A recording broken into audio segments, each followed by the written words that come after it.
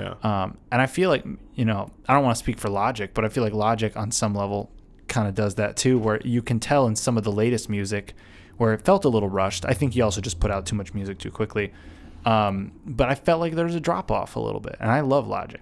Yeah. So I say this as a huge fan. I have a signed shirt of his, and I went to his concert when he came here in Chicago a couple of years ago. So, but there's a little bit of fall off, and I think there's a little bit of the online community bullying that definitely happens on Logic page. Oh, yes. Yeah, he gets a lot of hate online. Well, does it help that Joe Budden exists? I know, fuck.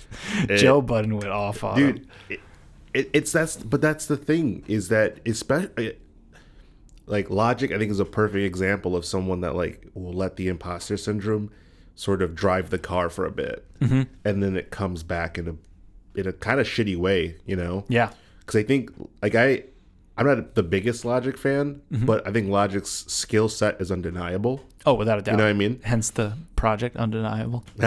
See? Very punny. You weren't kidding. I carry puns in my back pocket with my vestigial twin. But I think that's like a very clear understanding of like, he's existing in the space of hip hop. Hip hop is full of bravado. It's full of, the worst part about hip hop is the worst part about hip hop is that everyone wants to define hip hop and what makes a great rap or what makes a good rap or what makes good hip hop. In reality, it's fucking rap music. It's music. Mm-hmm. You're no better than people who go like classical music is the only good music. Yeah, exactly. You're just being a contrarian for no reason, and so then you get people like Joe Budden. They get these big fucking platforms, right? I love Joe Budden. Like I say this as someone that loves to hear Joe Budden, but also I recognize that Joe Budden is a dude from New Jersey, who grew up around a certain type of hip hop. Man, fuck Joe Budden's opinion. Yeah. Yeah. I mean, yeah. And then that's like, I think like, but again, I'm not a hip hop artist. I don't have Joe Budden's opinion coming at me with his legion of New Jerseyites. I don't know what New Jersey's people is called. Me neither. New Jerseyans?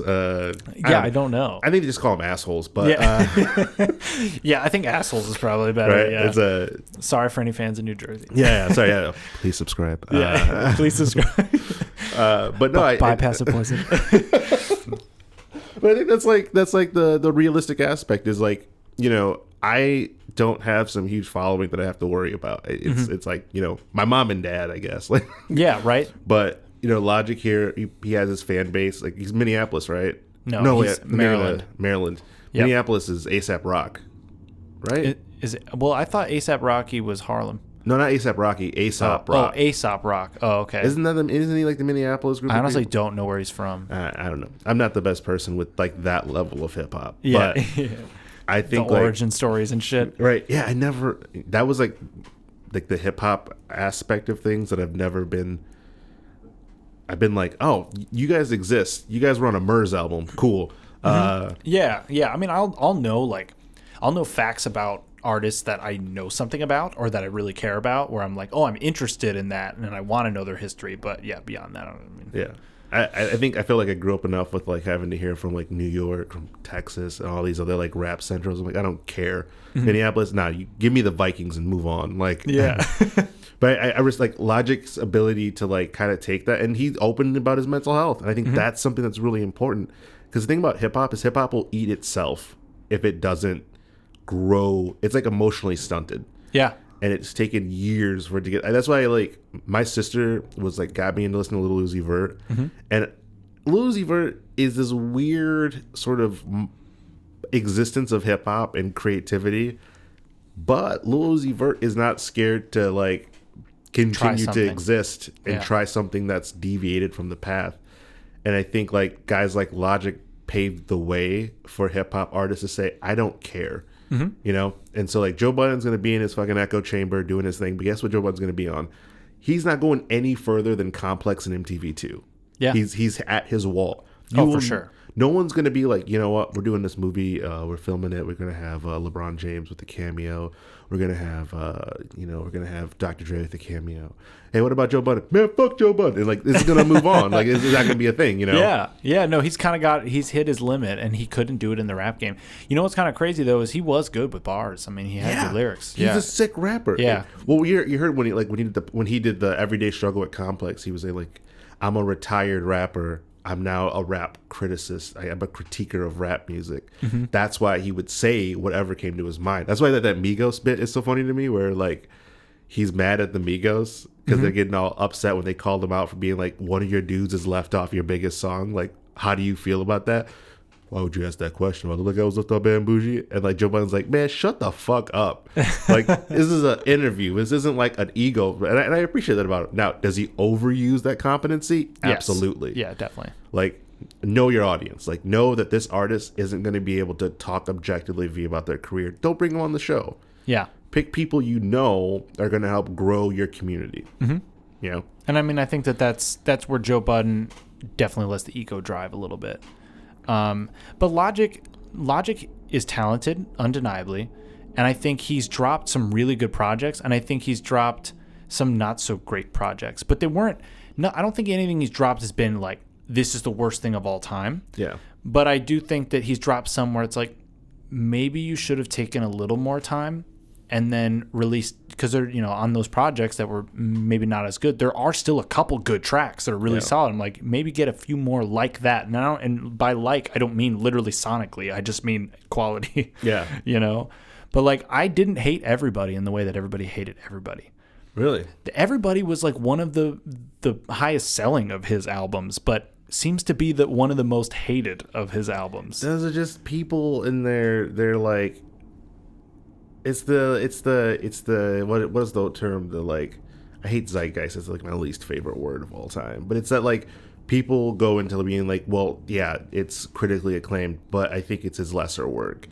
Yeah, it's that that air of pretension that I gotta like prove that. Oh well, I knew him back before then. Yeah, like what? He was so much better before he got success. Yeah. Who are these people? Where the fuck do they come from? I don't know. And the thing that frustrates me is that album, the concept of it was based on The Egg, which was I think was written by Andy Weir, right? Of The Martian.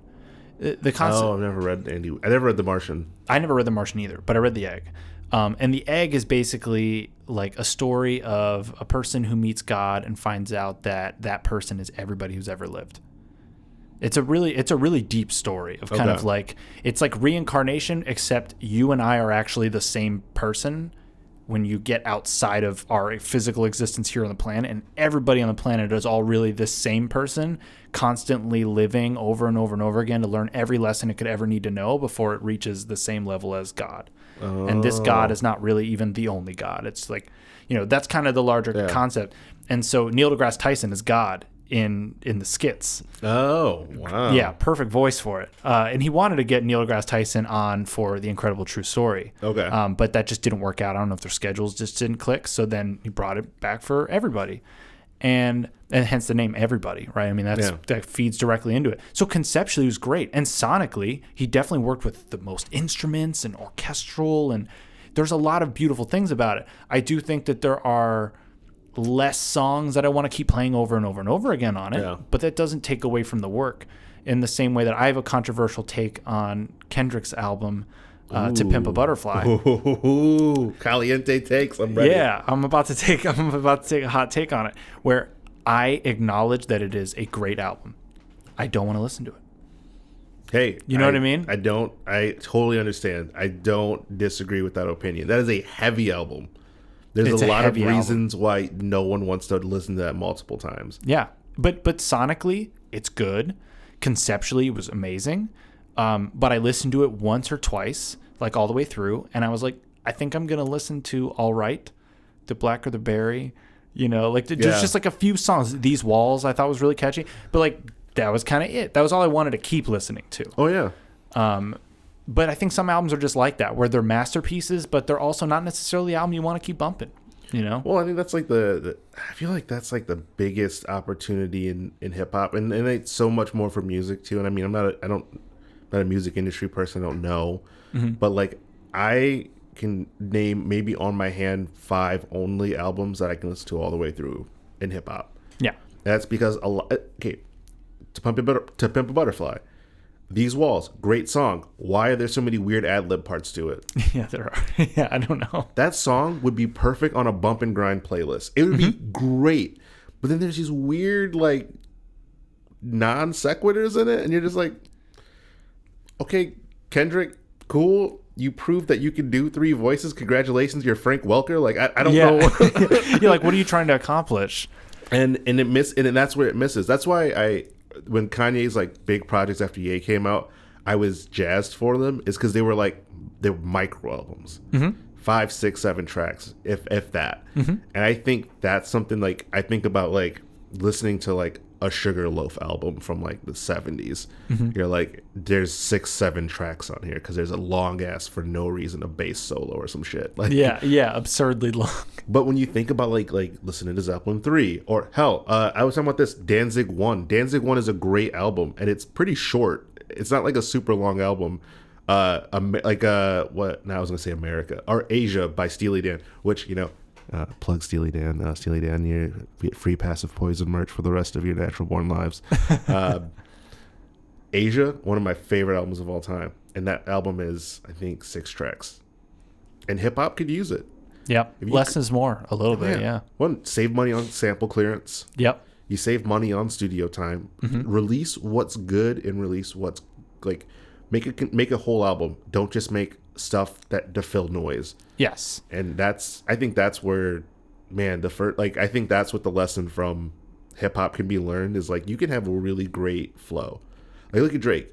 Drake's albums, part of my French, are full of a lot of bullshit. Like there's definitely a lot of shit on a Drake album that is just like filler music from like, I don't know, playing a whole Drake album when you bring a girl over to your crib is probably not going to do anything for you because half of it is just like weird flexes.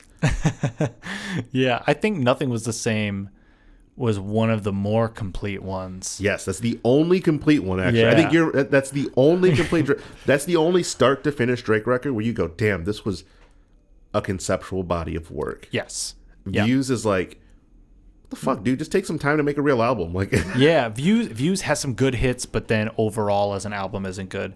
And then I actually really like If You're Reading This It's Too Late, but not as a conceptual album, just as like there's a bunch of bangers on here, you know? Oh yeah, and that's the thing.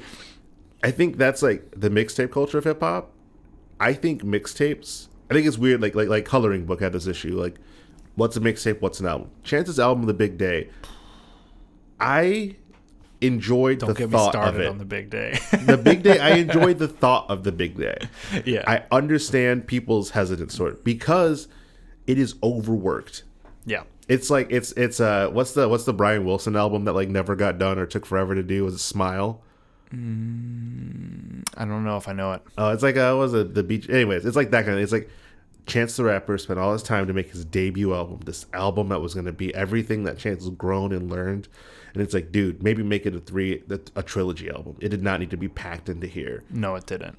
But at the same time, hey, no one else. He makes his own music. He can technically do what he wants. But he can, but he had to cancel so many tours. Where I'm like, you didn't sell tickets. Yeah, he said it was like, oh, for family reasons.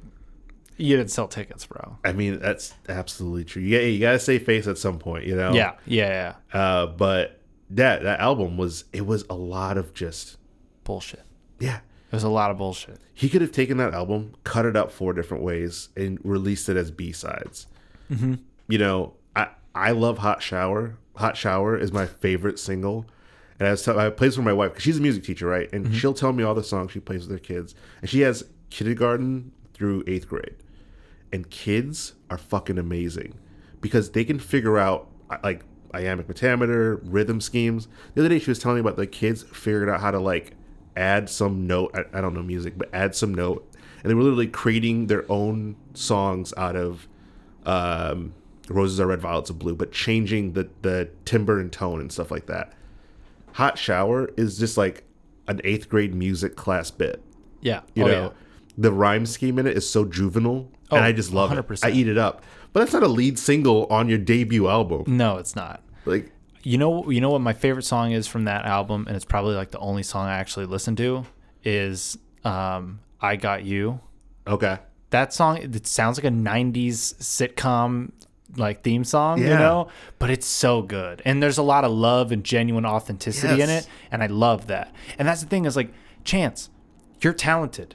This album wasn't good, but you're still a good artist. Yeah. Don't lose that. Don't. You know, but you were good with bars. He didn't really give good bars throughout that entire project. No. And I like that he's sing-songy, and I like that he's you know, thinking about rhythm and all the melodies and all that. Like, but for some reason, this album just, it fell short on almost every front on all of those things, which is what is so weird. Yeah. Because he's so talented. He's so much more talented than what that album showed. And it's not that there wasn't a lot of money that went into it. You But know? it just didn't. It didn't land. It didn't land. You know what? I think he kind of has the Andre 3000 problem, where he's a musical person, but a dynamite rapper, and he doesn't know how to marry the two. Like, yeah. Andre could marry the two when it's needed, but sometimes Andre was just Andre the musician, not the rapper. Yeah. And I think that's like Chance the Rapper doesn't know how to be. I mean, it's in his name. He is Chance the Rapper. He's not Chance the composer, Chance the producer, you know? And I think like I would love a Chance sing-songy project. But then it has to be separate from the rap project. It's okay. Yeah. Just You know, call it something different. just do something different. You know, Yeah. don't Nelly it like Sweatsuit, you know? Yeah, no, don't do that. You know, or was it like Drake Scorpion? Two sides. Yeah. Well, Yeah, what yeah. is this? Final Fantasy VII? We don't need 2 discs. Dude, Scorpion's way too long. It's so long. And Beats One made such a big deal when it came out that we're gonna play Scorpion. It's premiering here on Beats One. You heard it first, OVO Sound. And then I remember just sitting in my room listening to it and going like, "Fuck this." Yeah, when does this end? Yeah. Oh, cool. This is Drake kind of just like vamping for like 3 songs. Then here's the hit. Here's Kiki, Do You Love Me? And then he's vamping again. Like, Yeah, and I mean, like, there are certain songs that came out that he kind of threw in last minute because of the Pusha T thing, like oh yeah, Mob Ties. I mean, that song's pretty catchy. I gotta say, I like that song. But like, you know, there are certain ones you could tell he just threw into the last moment, like, fuck you, Pusha T. Oh my god, man, Pusha T. You know, the greatest gift of Father's Day. You know, like, Oh my god. I love the Drake beef, and I think about this all the time. Drake tried to politic himself out of a loss, and it's amazing. I think there's nothing better than people who can't take an L. And when you see that whole entire feud, right? Like, Push takes a little slap at him on like Daytona or whatever, and all of a sudden Drake's like in his feelings. He's like, you know what? I'm a Meek Mill this motherfucker, and it's like, don't do it. He's not Meek Mill. No. He's not a child. He's not. Don't fuck with him. And then he does it, and then Meek's like, okay, here's you. Here's me putting Drake on blast. Okay, now you went too far. You're talking about people's families. You're talking about people's real shit. That's fucked up, man. I'm gonna tell Jay Prince. I'm gonna tell motherfucking Jay Prince. I'm gonna tell.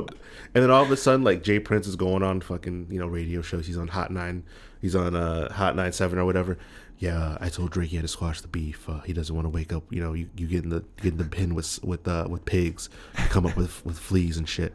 And it's like, yeah, you're gonna come out here and speak for your mans like that. Like, that's how you lose a battle. Yeah. That's like, oh yeah. I'm gonna call my big brother. He'll come here and deal with you, motherfucker. And then it didn't even work.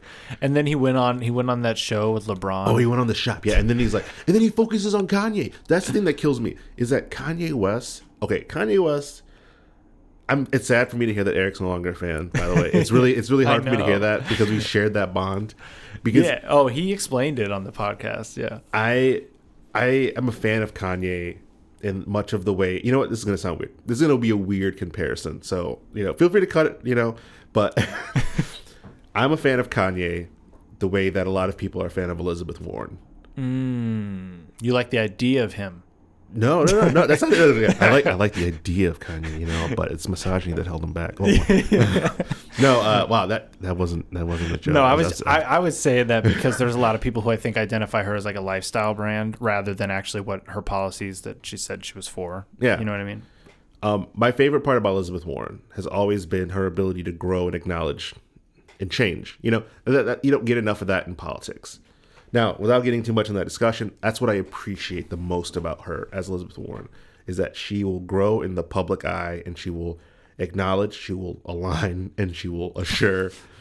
And all of these things will happen, but like mostly you're watching a human experience at a very high level, and that's empathetic. That's where you feel it. Kanye West is the same way for me.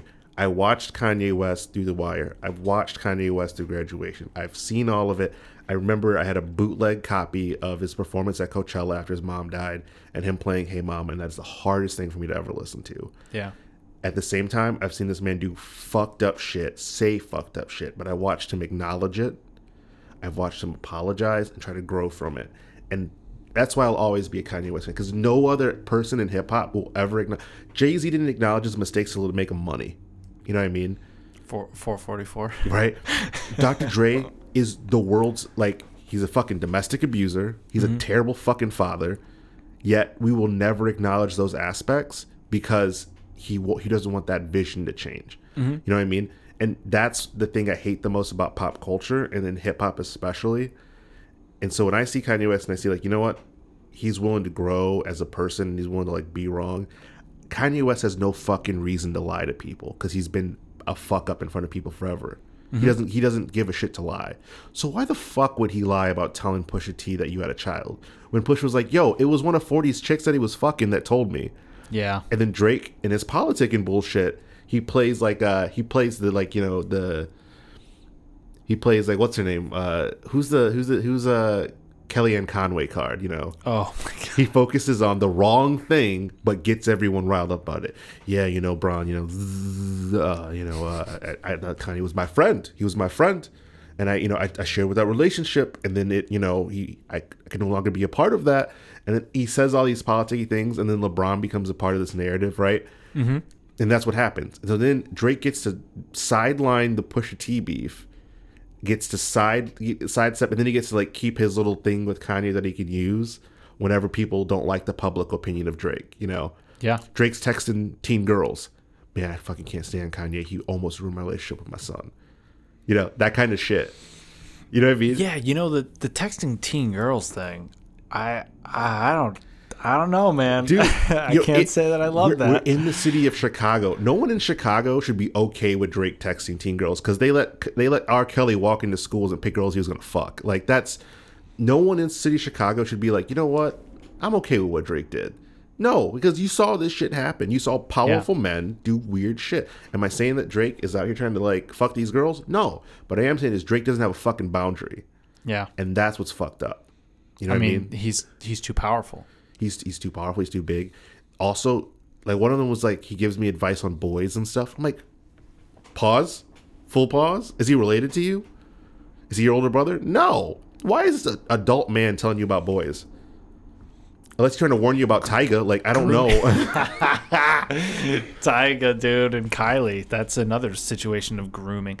I just think the concept of grooming is just gross. It is. It's just gross. Because it's like you're in a completely different space in life. You're way more mature. And, you know, teenage girls, no offense to teenage girls, but, like, they don't know yet. No. They don't know anything yet. Stay away from them. Teenage boys don't know anything yet either. No. You know? When you're that age, you're not old enough to understand the games, the psychological games. You're not old enough to understand the nuance of relationships, period. Absolutely. Of just like what it means to share yourself with somebody. And meaning emotionally, not just physically. And like what it means to even open up and grow with somebody. And it's really important that when you're growing with somebody, you're already developing yourself and your sense of self, and you have this like individual aspect of yourself, and that needs to be complete. And then when you bring somebody else in, they're an add-on. They're not filling a hole. Yep. You know, and there's a huge difference in that.